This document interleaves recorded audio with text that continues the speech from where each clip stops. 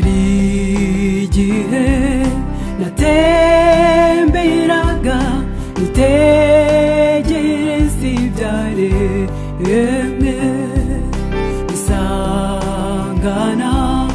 umutekano n'amahoro Imana yabihaye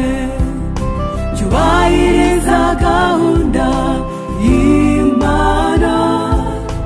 ariko umwana w'umuntu we arahuze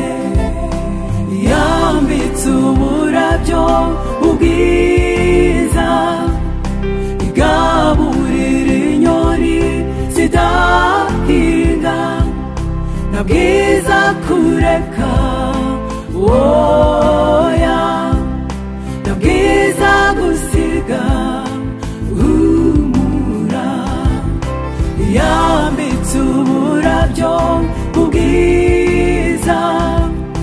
igaburira inyoni zidahinga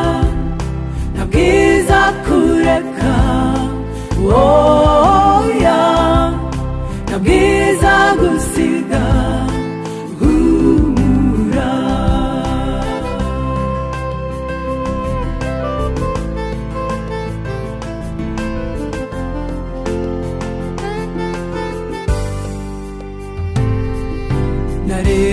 nareberaga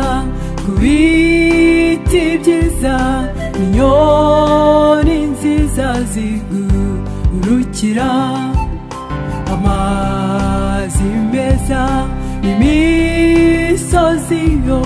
bibaho uko Imana ibishaka ariko umuntu wahawe kubitwara ahora yigunze kandi afite Imana yambitse uburabyo ubwiza igaburira inyoni zidahinga nta bwiza kureka oya nta bwiza gusiga humura yambitse uburabyo ubwiza igaburira inyoni zidahinga nta bwiza kureka